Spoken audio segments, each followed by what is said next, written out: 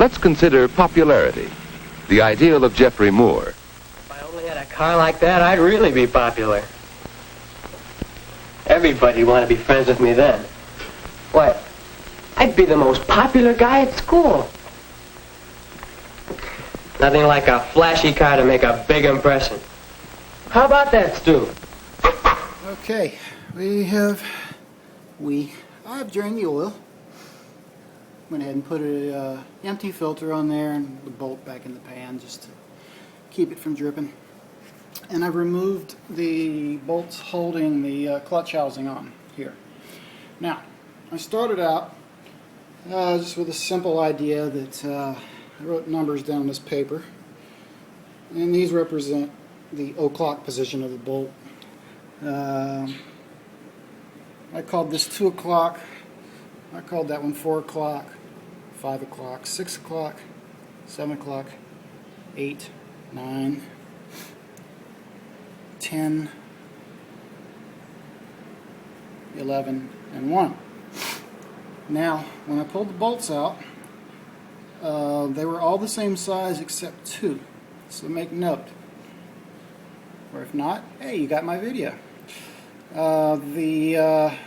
Starting with the oil cap, 2 over to the right is a long bolt, and then if you go backwards from the oil cap, 1, 2, 3 down is a long bolt right here by your brake pedal. Okay, that wasn't too difficult. One thing to point out, the bolts that I marked as long, which if you recall were located here and here, on the clutch cover, have these, I don't know what you call them, I'm just going to call them guides, that really that's your only resistance pulling it out. Okay, some more bad videos just to illustrate something that you might not have known about. How does the clutch system work? You have friction plates and you have, I'm going to call them drive plates. I'm sorry, I don't have the vocabulary yet. This is my first transmission work on a motorcycle. This cover here, whenever I pull in the clutch, it's going to come out. So let me zoom out a little bit. It's going to come out. So the natural effect is these plates are going to have less pressure on one another.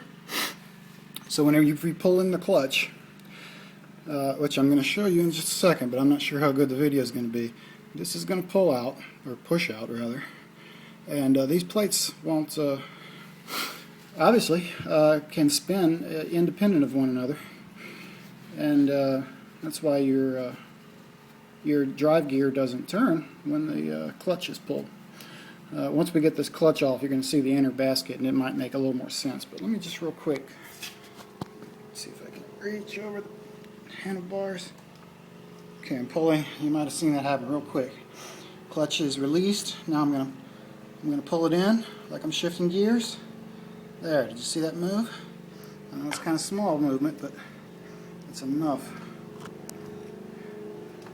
And of course, it has everything to do with the friction coefficient of the plates and the strength of the springs that you put in there. So if you put aftermarket shift or clutch in there, that's going to be primarily what you're changing, is the coefficient of friction between the plates and how much pressure is applied to those plates to make them grab one another.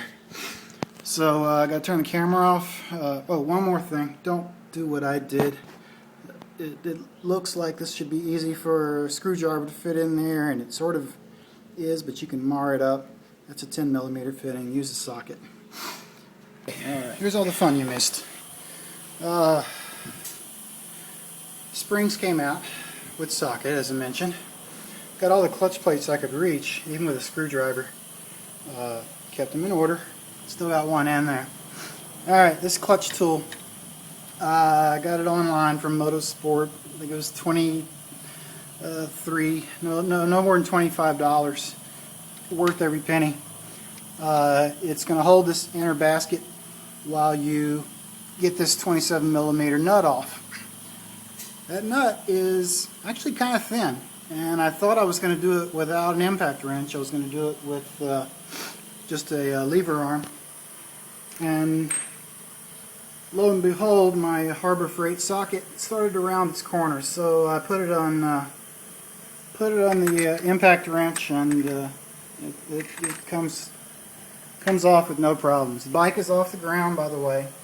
People talk about keeping your wheel down, but that's what this clutch holder tool is for, is to simply hold the basket while you get the nut off.